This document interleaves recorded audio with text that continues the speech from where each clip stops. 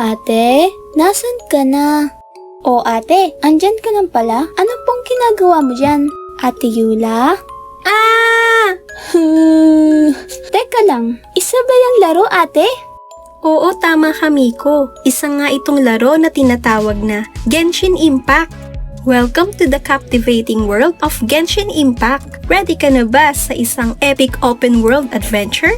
Halina't sabay-sabay nating tuklasin ang iba't ibang rehiyon ng Teyvat.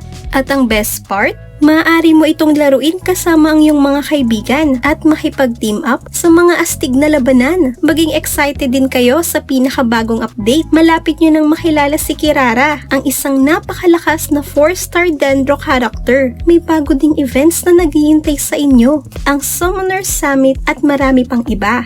Kaya i-download na ang laro ngayon gamit ang link na nasa description o iscan ang QR code na makikita mo ngayon sa screen. Mag-login ka na ngayon para makakuha ng 300 Primo Gems mula sa 3.7 updated version ng Genshin Impact. Begin your adventure in Genshin Impact and uncover the secrets of Teyvat. Start playing now.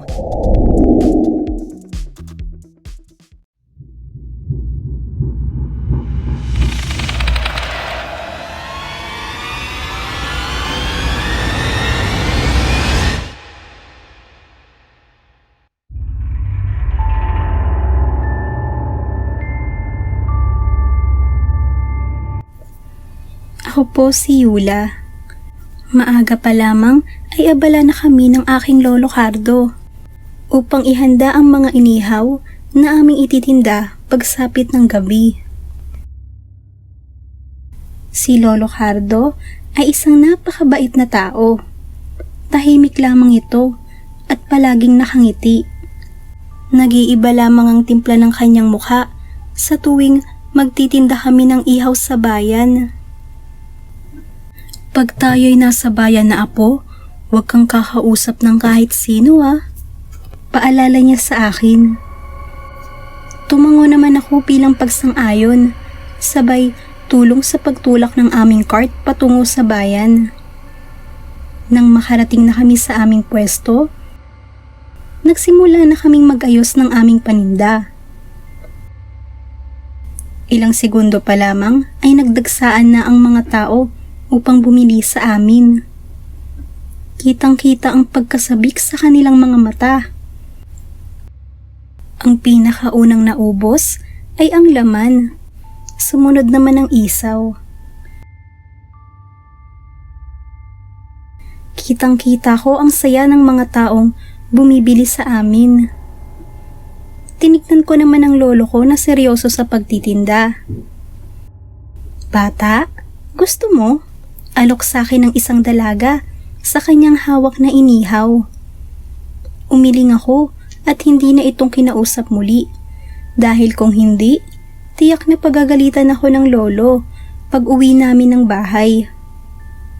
Mahigpit kasing pinagbabawal ng lolo na kumausap ako ng tao, lalo na ng aming mga customer. Bagay na ipinagtataka ko dahil mukha namang silang mabait at palagi silang nakangiti sa akin. Nang maubos ang aming tindang inihaw, ay nagsimula na kaming mag-ayos at dali-daling umuwi sa aming bahay.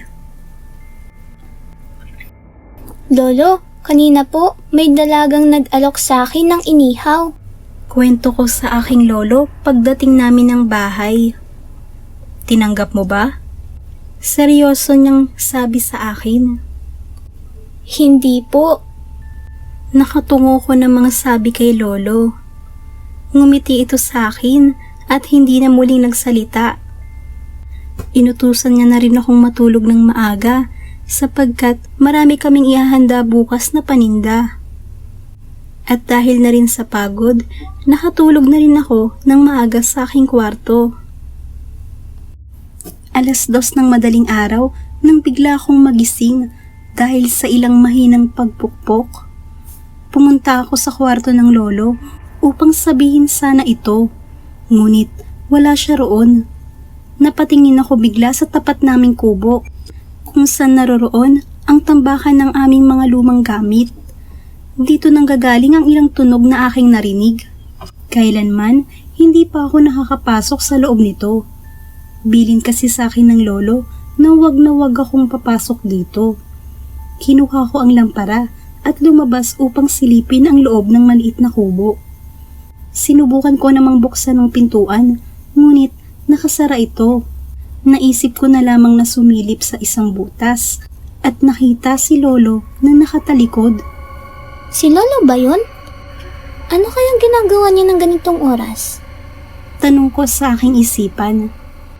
Ilang segundo pa ay umalis si lolo sa kanyang pwesto at doon ko lang nakita ang kanyang ginagawa.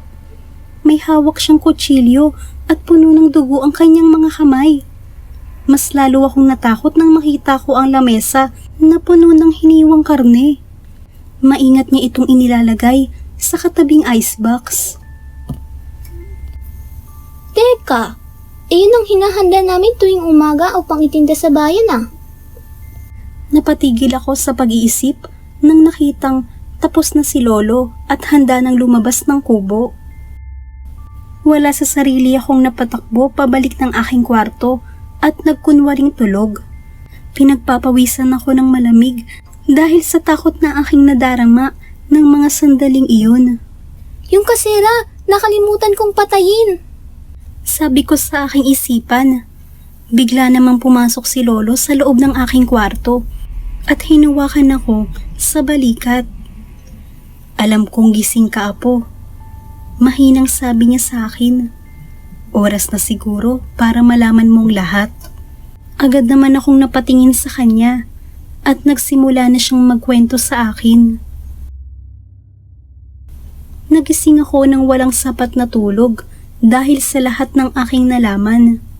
Gayunpaman, tumulong pa rin ako sa paghahanda ng paninda kahit lingid sa aking kaalaman na karne ito ng tao. Nagpunta kami sa bayan ng mas maaga pa kaysa sa oras na nakagawian namin noon. At gaya ng dati, tahimik lang kami ng lolo nang biglang may lumapit sa akin upang alukin ako ng pagkain. Bigla ko namang naalala ang kwento sa akin ni lolo nang gabing nakita ko siya sa kubo. Hindi kita tunay na apo. Paninimula niya. Ibinigay ka lamang sa akin ng kapitan noong 5 taong gulang ka pa lamang. Sabi niya sa akin at nagsimula na siyang umiyak. Nalaman ko na 5 kaming bata ang inalagaan ni lolo noon at ako ang pinakabata sa amin at ang mga nauna sa akin, wala na sila. Sabi sa akin ni lolo. Paano po sila namatay? Tanong ko naman kay lolo. Malungkot naman siyang tumingin patungo sa icebox na hawak niya. Tsaka ako naliwanagan sa lahat. Bumalik na lang ang ulirat ko nang muli akong tinanong ng babae.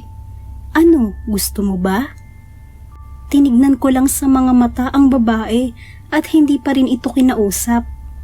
Ngumiti lang siya sa akin, sabay kain ang hawak niyang isaw sa aking harapan.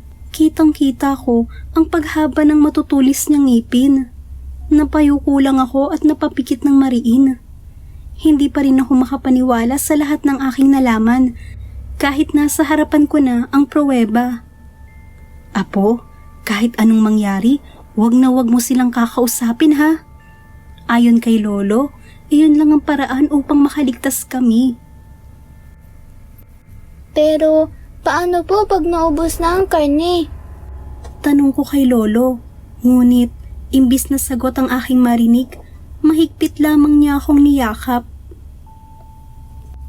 Ang ibig sabihin, anumang oras, pag naubos nila ang karne, maaring ako naman ang isunod nila. Nababaliw kong sabi sa aking isipan. Napatigil ako nang makita si Lolo Cardong umiiyak.